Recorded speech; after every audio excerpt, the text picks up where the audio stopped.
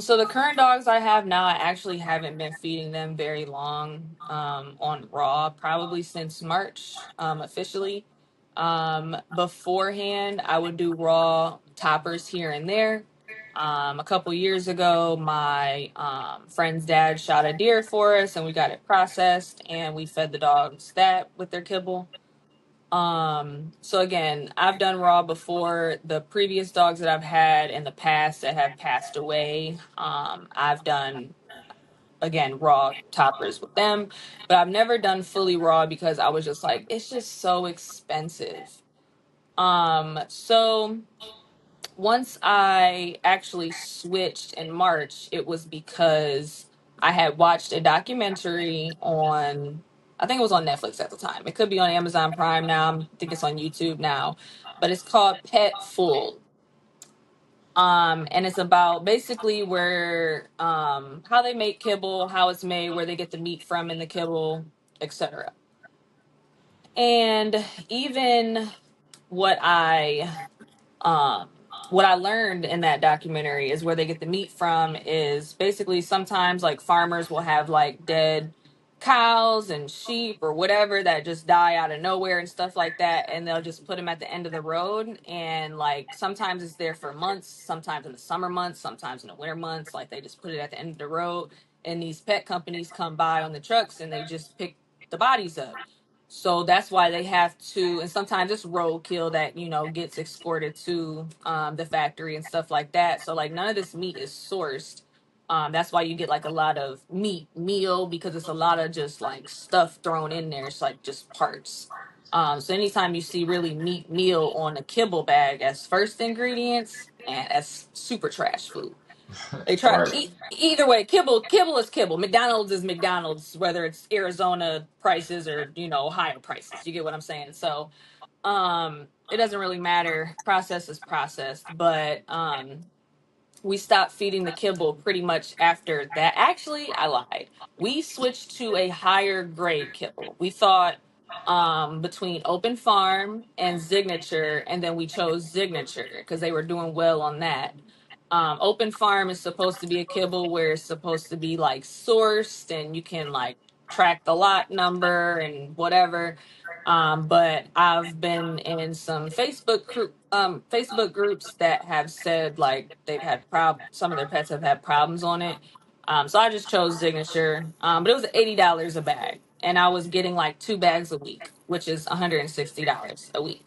So at that point, I'm like, I started doing the math, and I'm like, I can spend $20 more a week and get my dogs some real food, some good food, something that they're gonna look good on.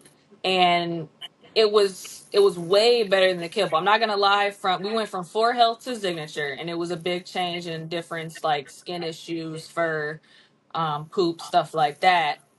But when we went from the kibble period to raw, it was amazing. Skin issues start clearing up, and I literally didn't do anything other than just feed them the raw.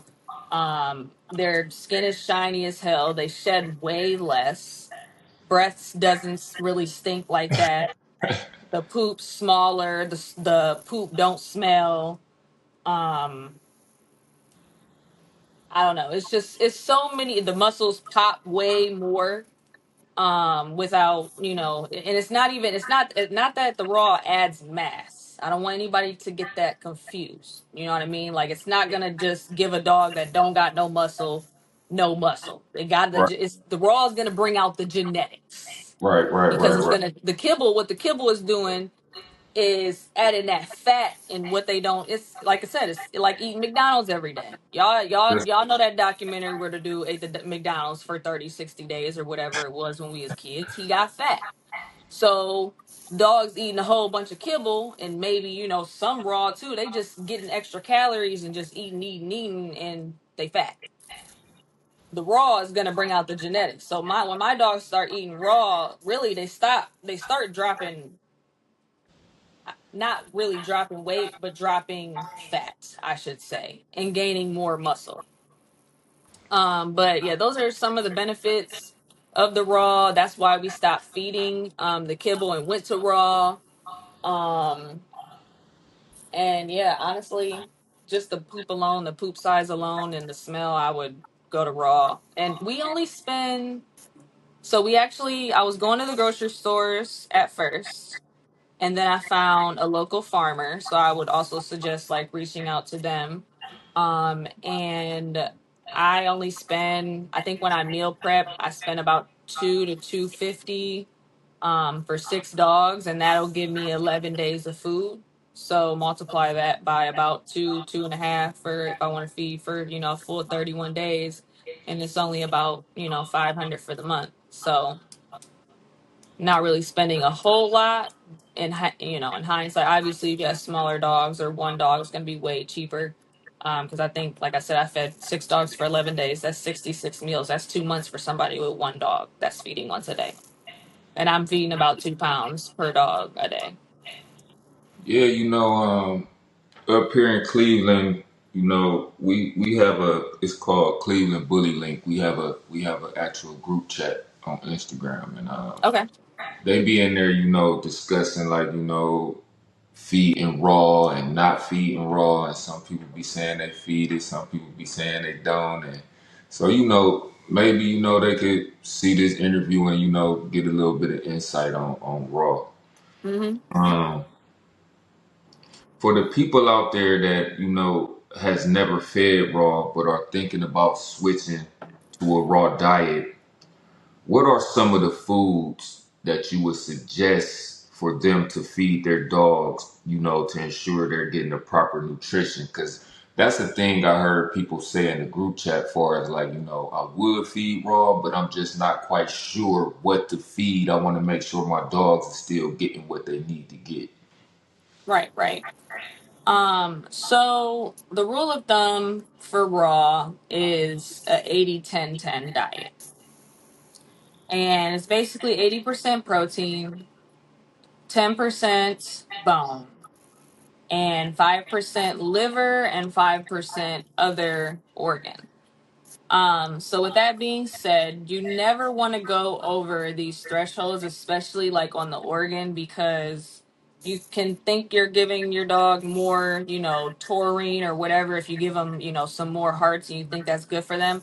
But then all of a sudden they poop and it's like super runny and it's dark and it's black. So at that point you're like, oh, you got to reevaluate. You gave too much organ, because you also have to think about it. A dog in the wild that's eating on some prey isn't going to have that much organ to eat. You know what I mean? You know what I Right, mean? right. So, and they're probably, and a dog in the wild is probably going to be feeding on that said animal maybe for a couple days. With that being said, you have to follow that 80-10-10. Now, also, you have to consider each dog is different. Okay, what works for my dog may not work for your dog. What works for one of my dogs may not work for another one of my dogs. And that is the case. Um, Especially if your dog has like special needs or anything like that. One of my dogs only has 1 foot of intestines. So like I have to 100% give her way less organ or her poop will be runny. So again, every dog is different. You just have to adjust and try different things. But the number one thing that I would suggest when trying raw, and what you should try, is try one protein at a time. Um, if you try to get to doing this, that, and a third, and trying to try fish and beef and turkey and everything at the same time, you won't know what your dog doesn't like, or I should say doesn't do well on. Because if they have some diarrhea or something and you did the exact 80-10-10, you're like, oh, and you just switch it around a little bit and you can't figure out why this dog is still having diarrhea, well, you also didn't do singular protein at a time. So when I started off raw, we personally started off beef because I knew the dogs like beef. I knew. I also thought that they wouldn't do well on chicken because they didn't really do well on the chicken kibble. Okay. So I started with beef. After I realized we did well with beef, I was like, okay, well, let's add a little bit of fish. After I realized they did well on adding some fish in, I went ahead and added some turkey. So basically, I was just seeing what worked and what didn't work.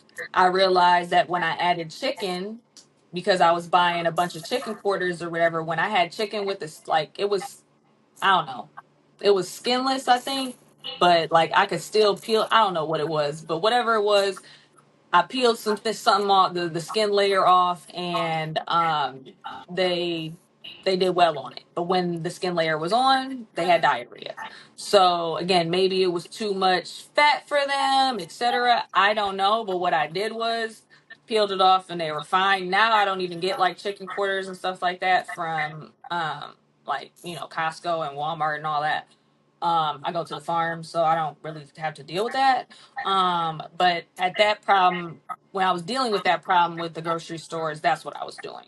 I also recommended that to someone else, and they said their dog ended up doing fine on it too because their dog was having diarrhea. And I was like, well, try taking the skin part off or whatever. So basically, just try one protein at a time. Everything, may not work for your dog, may not work for both of your dogs. Some of your dogs aren't going to like some of the things that some of your other dogs like. Like, for example, one of my dogs will eat anything. My other dog, Valkyrie, she won't touch a muscle if it's not frozen. If it's frozen, she don't care because I guess it's a texture thing. I don't know, but if it's thawed out, she ain't touching it.